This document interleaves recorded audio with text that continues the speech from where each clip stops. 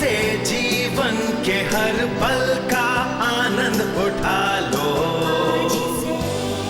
आज ही से मन की एक नई शांति पालो। समय आ गया बदलने का, समय आ गया कुछ करने का। अब उठा लो आनंद प्रतिदिन के जीवन का। पिछले 2 दिनों से मैं अपनी पुस्तक how to succeed at being yourself से आपको उपदेश दे रही थी। आज मैं एक नई श्रृंखला आरंभ करने वाली हूँ जो आपके आत्मविश्वास को बढ़ाएगी, ये बोध करा कर कि आप कौन हैं और परमेश्वर ने एक उद्देश्य से आपकी रचना की है। नाम है knowing who you are in Christ. आज हम मसीह में पूर्ण रहने के विषय में चर्चा करेंगे। सबसे पहले मैं चाहती हूँ कि आप इफिसियों 1 को निकालें। मैं आपको कुछ वचन दिखाना चाहती हूँ जिनमें मसीह में या उसमें पद का प्रयोग हुआ है। जब मैं नई विश्वासी थी तब मैंने कई बार ये सुना कि मसीह में, मसीह में, मसीह में। मैं इसके अर्थ को नहीं समझती थी। आज मैं चाहती हूँ कि यहां से जाने से पहले आप मसीह में रहने के अर्थ को समझ लें। यदि आपने यीशु को अपना उद्धारकर्ता स्वीकार कर लिया है तो आप मसीह में हैं और वो आप में हैं, और आपको कुछ अधिकार व सौभाग्य प्राप्त होता है तथा आपके बारे में ऐसी कुछ बातें जो आपको विश्वास करना है जो शायद आप विश्वास नहीं कर पाते हैं। इस बात में फर्क है कि आप अपने आप में कौन हैं और मसीह में कौन हैं। आमीन। मैं इसे दोबारा कहूंगी। इसमें बड़ा अंतर है कि आप अपने आप में कौन हैं और मसीह में आप कौन हैं। अपने आप में मैं कुछ भी नहीं हूं, कुछ नहीं कर सकती, परंतु मसीह में बाइबल मुझे मेरे बारे में कई अद्भुत बातें बताती है जिन पर मुझे विश्वास करना है। एकमात्र समस्या यह है कि जब आप उन बातों को विश्वास करने लगते हैं और अपने मुंह से कहने लगते हैं जो बाइबल आपके बारे में बताती है, तब लोग आपका न्याय व आलोचना करने लगते हैं कि आप अपने बारे में क्या सोचते हैं। उदाहरण के लिए इफिसियों 1:3 कहता है, हमारे प्रभु यीशु मसीह के परमेश्वर और पिता का धन्यवाद हो कि उसने हमें मसीह में आशीष दी है। कहा गया है कि परमेश्वर ने हमें मसीह में आशीष दी है। कहिए मसीह में। स्वर्गीय स्थानों में सब प्रकार की आशीष। इस पर विचार कीजिए। स्वर्गीय स्थानों में जो भी आशीषें हैं मसीह में मेरी हैं। हालेलुया। वचन 7 को देखिए। हमको उसमें छुटकारा है। वचन 6 कहता है, उसके अनुग्रह की महिमा हमें उस प्यारे में सेंत मेद दिया। वचन 11 कहता है, उसी में हम परमेश्वर के मीरास बने। वचन 13 कहता है, उसी में तुम पर पवित्र आत्मा की छाप लगी है। इफिसियों 2 और 6 में कहा गया है कि मसीह यीशु में हम स्वर्गीय स्थानों में उसके साथ बैठाए गए हैं। कहा जाए तो ऐसी एक लंबी लंबी सूची है। मसीह में रहने के विषय में एक बढ़िया वचन है कुलुसियों 2:10। जरा निकालिए।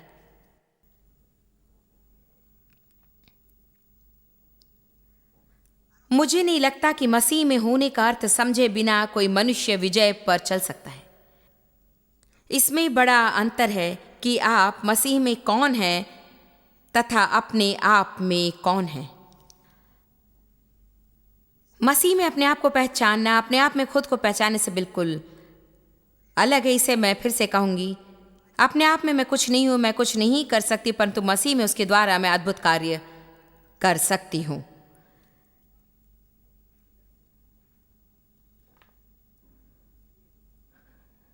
अब याद रखिए, इस प्रवचन का शीर्षक है मसीह में पूर्ण। बाद में मैं एम्प्लीफाइड बाइबल से पढ़ूंगी, पर किंग जेम्स के कुलुसियों 2 में कहा गया है, और तुम उसी में भरपूर हो गए हो। सभी कहिए भरपूर।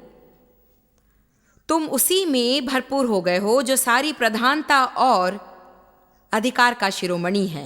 एम्प्लीफाइड बाइबल कहती तुम उसमें पूर्ण किए गए हो। मसीह में भरपूर। मैं आपको भरपूर तथा अधूरा शब्दों की परिभाषा देना चाहती हूं। भरपूर होने का अर्थ क्या है? उसका अर्थ है संतुष्ट। वाह, ये तो बढ़िया शब्द है ना, संतुष्ट। हालेलुया। पूरा, पूर्ण, भरा हुआ। मैं खाली रहने से अच्छा भरा रहना चाहूंगी। यकीनन अर्थात विश्वासपूर्ण, सुरक्षित, अपने आप को जानना। तो फिर अधूरा शब्द का अर्थ होगा कि मैं असंतुष्ट थी। कितने जानते हैं कि संतुष्ट मसीहों की अपेक्षा असंतुष्ट मसीहों की संख्या अधिक है।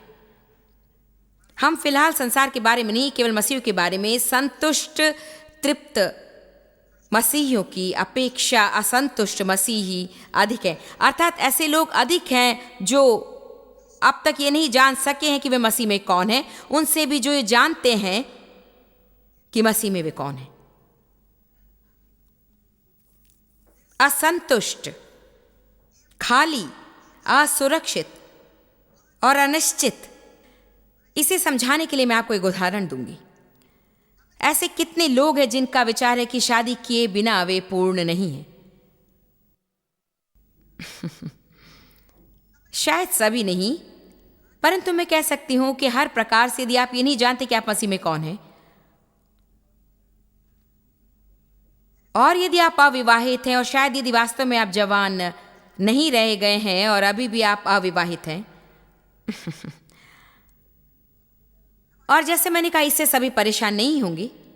मैं ऐसे हजारों स्त्रियों और पुरुषों से मिल चुकी हूं जिन्हें लगता है कि वे ठीक नहीं हैं और उनमें कुछ तो गड़बड़ अवश्य है, और यदि उनका प्रेमी या पति पत्नी नहीं हो तो वे समाज में उनका कोई स्थान नहीं है। और फिर कभी कभी जो लोग विवाहित हैं और अब तक उनकी कोई संतान नहीं है, तो वे सोचते हैं कि बच्चा पैदा हुए बिना वे पूर्ण नहीं हो सकते। कुछ लोगों को लगता है कि कॉलेज की शिक्षा प्राप्त किए बिना वे पूर्ण नहीं हो सकते। कुछ लोगों को लगता है कि वे पूर्ण नहीं है या उनमें कोई कमी है। देखिए, अधूरा महसूस करने का अर्थ है कि आप में कोई गलती है। वे सोचते हैं कि यदि वे समाज में काफी ऊंचे उठे हुए नहीं हैं तो उनमें कोई गलती है।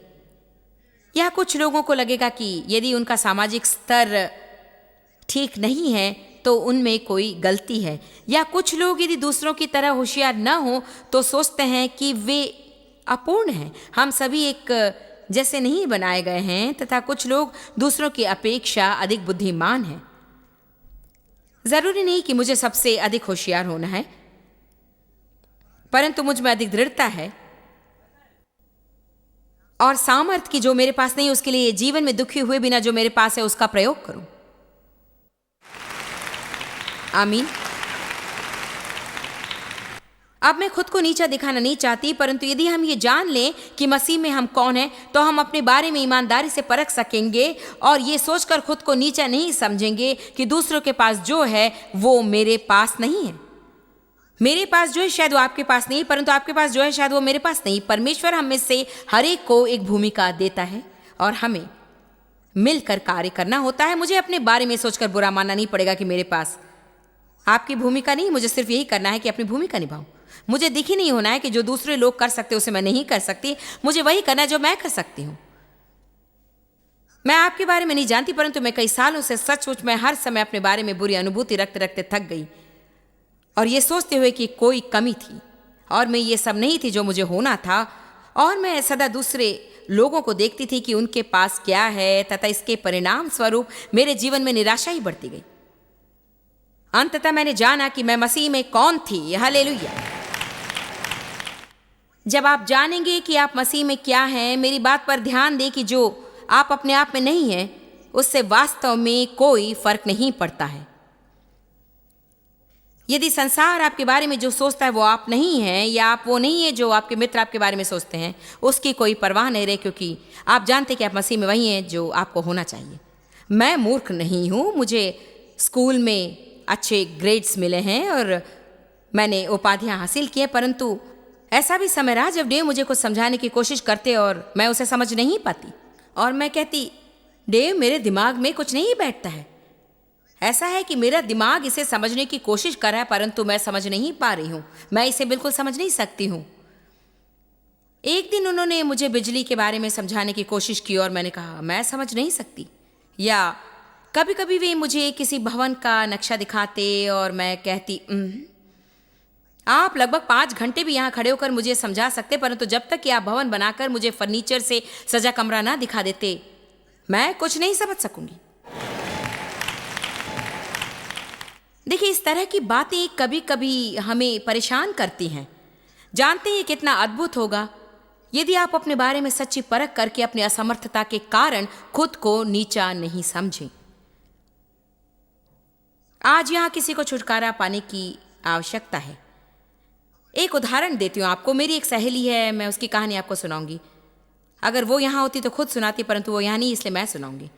वो एक युवती है जो प्रभु की सेवा करती है। वो ऑस्ट्रेलिया से है, परंतु यहाँ आकर वो कभी कभी सेवकाई करती है। उसका नाम है क्रिस कैन। यदि आपने कभी उसके बारे में नहीं सुना तो सुनेंगे। वो युवकों के बीच विशेष सेवकाई तथा प्रौढ़ों के बीच भी करती है। और कुछ साल पहले क्रिस के जीवन में एक ऐसी घटना घटी जो शायद किसी दूसरे के जीवन में हुआ होता तो वे कुंठित हो जाते।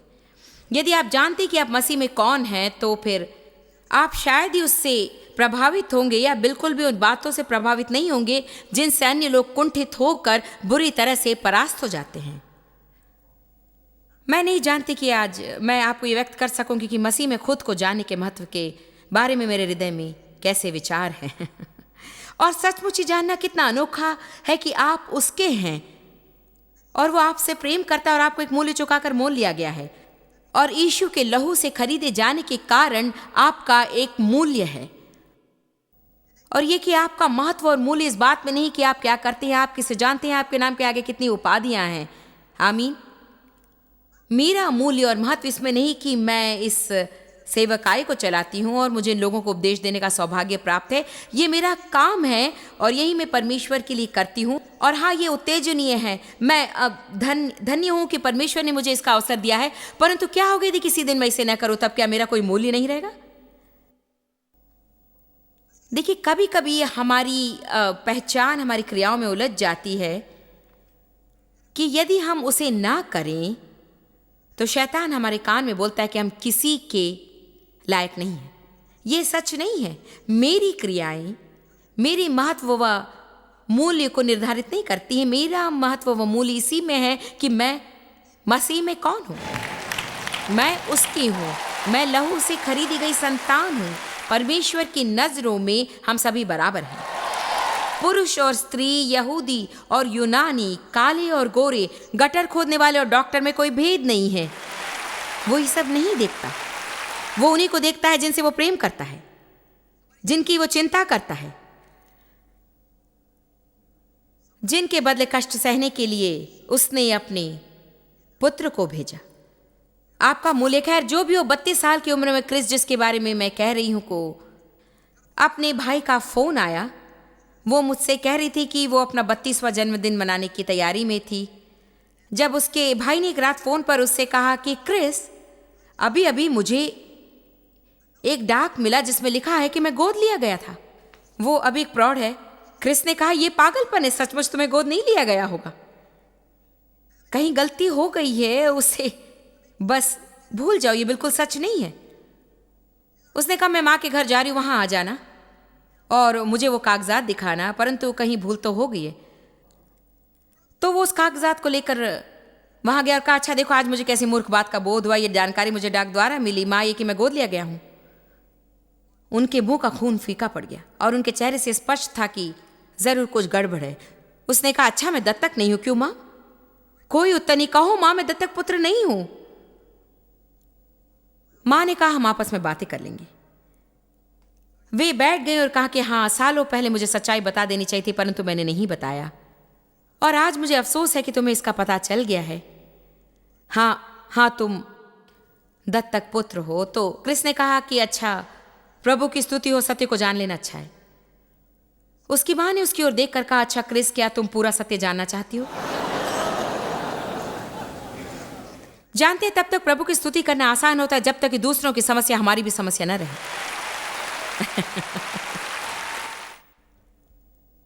ये सचमुच मुझे परेशान कर देता है जब मैं किसी चीज से होकर गुजरती हूँ और कोई मेरा ही प्रवचन मुझे दोबारा सुनाता है। वास्तव में मैं परेशान नहीं होती, परंतु मेरे कहने का तात्पर्य कि हाँ, मैं जानती हूँ कि मुझे क्या करना है। परंतु इस निश्चित क्षण मुझे उसे करने की इच्छा नहीं है। मुझे इससे सहमत होने के लिए कुछ समझ चाहिए। खैर, क्रिस, क्या तुम पूरा सत्य जानना चाहते हो? उसके बाद उसने कहा कि अच्छा हाँ, भला मुझे गोद नहीं लिया गया होगा, है ना? सुनो क्रिस, तुम्हें भी गोद लिया गया है। वो एक यूनानी परिवार में थी और एक यूनानी होना उसके लिए अधिक महत्वपूर्ण था, और अपनी वंशावली का अध्ययन करने वो यूनान की यात्रा कर चुकी थी। उसने कहा ये सब बेकार की बातें हैं। सबसे पहले यही कहा, तो क्या इसका अर्थ है कि मैं यूनानी नहीं रह गई हूं? वो नीचे बैठ गई और कहा कि 32 साल से मैं अपने बारे में जो कुछ विश्वास करती थी, मैं अपने बारे में जो सोचती थी, अपने परिवार के बारे में मेरा जो विचार था, मेरे राष्ट्रीय था, सब कुछ एक ही क्षण में मेरे सामने मिट्टी में मिल गया। और फिर उसने बताया मुझे एक फैसला करना था। अब मसीह में खुद को पहचानने पर यही होता है। उसने कहा मेरे मन में यही विचार आया, जब वचन आपके अंदर रहता है, वचन की आवश्यकता पड़ने पर वचन आपकी आत्मा से निकलकर ऊपर आएगा। परंतु यदि आप नहीं जानते, तब जरूरत पड़ने पर ऐसा कुछ नहीं रहता जिसका आप सहारा ले। मैं जो कुछ जानती हूँ उसके लिए आभारी हूँ। आमीन। वास्तव में इन सत्रों में से एक में मैं ऐसा कुछ करने जा रही जो मैं लंबे समय से नहीं किया। मैं एक पूरा सत्र इसी बात पर विचार प्रकट करने जा रही हूँ कि परमेश्वर का वचन कितना महत्वपूर्ण है और किस तरह से हमें परमेश्वर के वचन का सम्मान करके उससे प्रेम रखना चाहिए। ऐसा भी समय रहता है जब मैं यूं ही अपनी बाइबल निकाल कर कहती हूँ कि प्रभु, मैं तेरे वचन से प्रेम करती हूँ, क्योंकि मैं जानती हूँ कि उसने मेरे जीवन में क्या किया है। यदि हम वचन में नहीं रहते हैं तो हम मसीह में नहीं रह रहे हैं, क्योंकि वो स्वयं वचन है जो देहधारी हुआ। यही परमेश्वर का विचार है। ये सब उसके विचार हैं जो पन्नों पर लिखे गए हैं। तो वो वचन को जानती थी। वो भजन 139 जानती थी। उसने भजन 139 का स्मरण करने की कोशिश नहीं की, परंतु यहां संकट के समय, दुविधा के समय उसके अंदर से वचन उभर आया। यही उसने मुझसे कहा कि तूने मेरी मां की गोद में मुझे उत्पन्न किया, वो चाहे जिसकी भी गोद हो, और अपने ही हाथों से मुझे सृजा, और मेरे जीवन के लिए तूने एक योजना बनाई है तथा मेरे जीवन का सभी दिन तेरी पुस्तक में अंकित है, इससे भी पहले कि मैंने जन्म लिया। और ऐसी ही कई बातें वो कहती गई। उसके मुंह से ऐसी बातें सुनकर मैं धन्य हुई, क्योंकि हम कई पीड़ित लोगों को देखते हैं इस बात से कि उनका दुरुपयोग किया गया या उन्हें सताया गया इसलिए कि उनके माता पिता ने उनसे सही ढंग से बातें नहीं की, या मैं भी इसे गुजर चुकी हूँ, ये कि बचपन में मेरा बलात्कार किया गया। इसी कारण से मेरे लिए जानना बहुत महत्वपूर्ण रहा कि मसीह में मैं कौन हूँ, क्योंकि मुझे लगता था कि मजबूरी से मेरे साथ सौदा किया गया है। कौन मुझे चाहेगा? जीवन भर मैं दूसरे दर्जे की ही रहूंगी। वास्तव में संसार जिसे फालतू कहेगा उसे प्रभु बढ़िया बना सकता है। और उन चीजों से भी जो बिल्कुल नई और जिसमें कोई त्रुटि ना हो।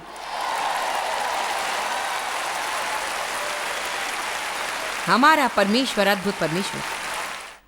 पहला कुरिन्थियों 1 कहता है कि वो जानबूझकर संयोग से नहीं, परंतु परमेश्वर ने जगत के मूर्खों को चुन लिया है कि ज्ञानवानों को लज्जित करे, और निर्बलों को चुन लिया है कि बलवानों को लज्जित करे। सुनिए, मैं जानती हूं कि मैं कहां से आई हूं। इसके लिए आपको मुझसे तर्क नहीं करना पड़ेगा। मैं जानती हूं कि मैं यहां खड़े होने के योग्य नहीं हूं। मैं जानती हूं कि इतनी शैक्षिक योग्यता मुझ में नहीं है, मैं इसे करने के लिए उतनी बुद्धिमान नहीं हूं, लेकिन मैं योग्य हूं क्योंकि उसने सुसमाचार का प्रचार करने के लिए मेरा अभिषेक किया है। आपके पास जो कुछ नहीं है उसे अभिषेक प्रदान कर देता है। क्या आपने सुना? आपके पास जो नहीं उसे पवित्र आत्मा का अभिषेक प्रदान कर देता है।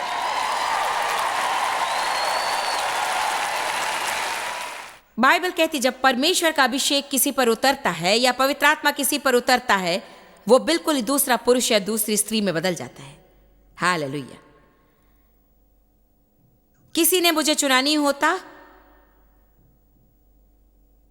पर यीशु ने मुझे चुना है। बाइबल कहती कि उसने हमें गोद लिया है। उसने हमें मोल लिया है, क्योंकि आत्मिक तौर पर हम सभी अनाथ हैं। वास्तव में किसी के नहीं, क्योंकि आत्मिक रूप से हम मरे हुए थे और उसने अपने बच्चों के रूप में हमें गोद लिया, अर्थात जानबूझकर विशेष रूप से उसने हमें चुना और कहा मुझे तेरी आवश्यकता है। आमीन।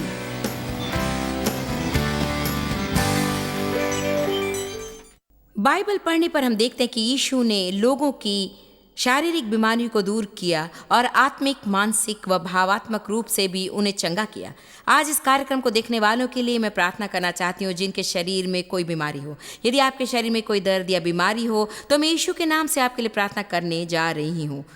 यीशु ने हमसे कहा कि हम उसके नाम से प्रार्थना कर सकते हैं और ऐसा करने पर स्वर्गीय सामर्थ हमारे अंदर आ जाएगी। बाइबल कहती है कि धर्मी मनुष्य की प्रार्थना अधिक प्रभावशाली होती है। इसलिए मैं अभी प्रार्थना करने जा रही हूँ, इसलिए नहीं कि मैं महान हूँ, परंतु इसलिए कि मुझ में जो यीशु है वो महान है। और जैसे ही मैं उसके नाम से प्रार्थना करूँ उसकी सामर्थ प्रकट होगी और आप परिवर्तन अवश्य देखेंगे। मैं चाहती हूँ कि आप मेरे साथ एक चित्त होवें।